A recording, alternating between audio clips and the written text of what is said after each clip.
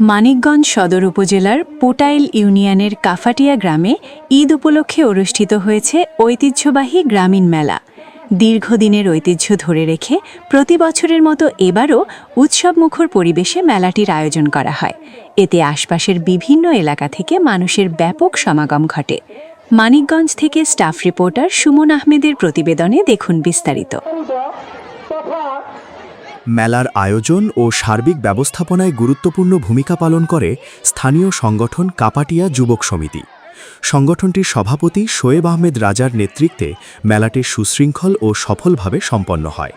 মেলায় উপস্থিত ছিলেন বীর মুক্তিযোদ্ধা শহীদুল্লাহর সন্তান শোয়েব আহমেদ রাজা, সভাপতি কাপাটিয়া যুবক সমিতি; সাইদুর রহমান বয়াতি, বাংলা একাডেমির ফেলো ও জাতীয় চলচ্চিত্র পুরস্কারপ্রাপ্ত শিল্পী; আব্দুস সামাদ, সভাপতি জাতীয় পার্টি পুটাইল ইউনিয়ন; সোহেল রানা, সাধারণ সম্পাদক কাপাটিয়া যুবক সমিতি; জুয়েল রানা, সহকারী শিক্ষক বান্দুটিয়া উচ্চ বিদ্যালয়; আব্দুর রহিম, সাবেক সদস্য পুটাইল ইউনিয়ন; আব্দুর মান্নান, পশু চিকিৎসক; মাসুদ রানা, ক্রীড়া সম্পাদক কাপাটিয়া যুবক সমিতি; শাহাবুদ্দিন, বিশিষ্ট সমাজসেবক সহ আরও অনেকে।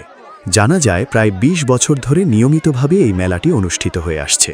শোয়েব আহমেদ রাজা তার পিতা বীর মুক্তিযোদ্ধা শহীদুল্লাহর রেখে যাওয়া এই ঐতিহ্য নিষ্ঠার সঙ্গে ধরে রেখেছেন এবং প্রতি বছর সফলভাবে আয়োজন করে যাচ্ছেন। তার এই উদ্যোগ স্থানীয়দের মাঝে ব্যাপক প্রশংসা কুড়িয়েছে। এলাকাবাসীর মতে গ্রামীণ সংস্কৃতি ও ঐতিহ্য নতুন প্রজন্মের কাছে তুলে ধরতে এই মেলার ভূমিকা অত্যন্ত গুরুত্বপূর্ণ। প্রতি বছরের এই আয়োজন এলাকায় আনন্দ, সম্প্রীতি ও উৎসবের আমেজ সৃষ্টি করে।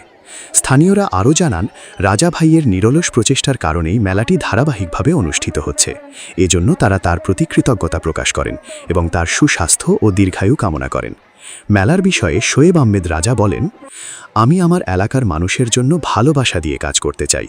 আল্লাহ যতদিন আমাকে বাঁচিয়ে রাখবেন ততদিন মানুষের সেবা করে যেতে চাই। বিশেষ করে গরিব মানুষের পাশে দাঁড়াতে চাই এবং সততার সঙ্গে কাজ করে যেতে চাই। সবাই আমার জন্য দোয়া করবেন।